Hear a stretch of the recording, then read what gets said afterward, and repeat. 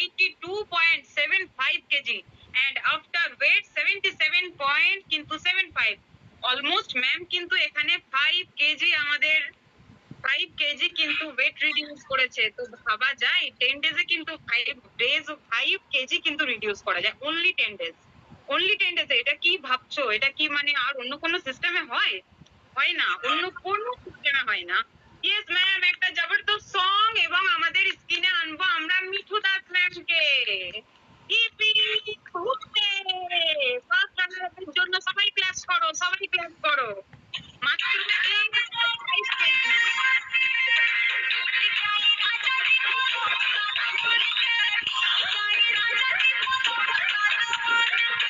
Please आप hand raise कीजिए।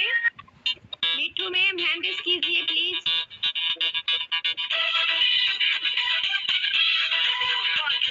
Welcome ma'am. Congratulation ma'am, welcome welcome ma'am, good evening ma'am.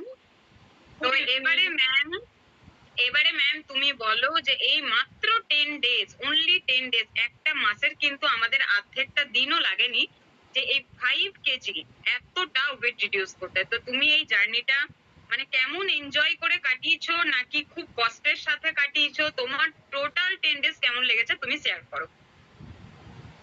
আচ্ছা, আগে অশেষ ধন্যবাদ সবাইকে, সব ম্যামদের। তো 10 ডেজ আমার কাছে খুব কষ্টকর হয়নি, মানে আমি খুব এনজয় করেই কাটিয়েছি। আর নতুন নতুন রেসিপি আমার খুব ভালো লেগেছে। আর বিশেষ করে হচ্ছে মৌমিতা ম্যামের জন্যই আর কি। মৌমিতা ম্যাম আমাকে ঠেলে ঠেলে ঠেলে ঠেলে যত আর কি এনকারেজ করতে পারে সবকিছুই করে সবসময়।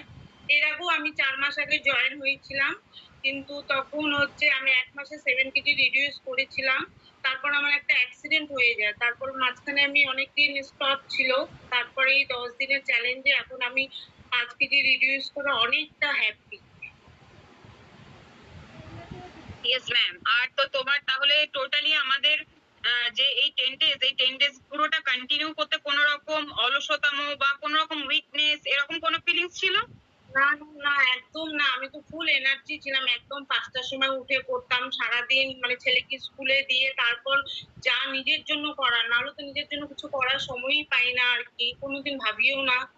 আর এখন তো নিজের জন্যই সবকিছু ভাবি, নেক্সট চ্যালেঞ্জের জন্য রেডি হচ্ছি আর কি। Yes ma'am. তো নেক্সট চ্যালেঞ্জ আমাদের খুব তাড়াতাড়ি আসতে চলেছে।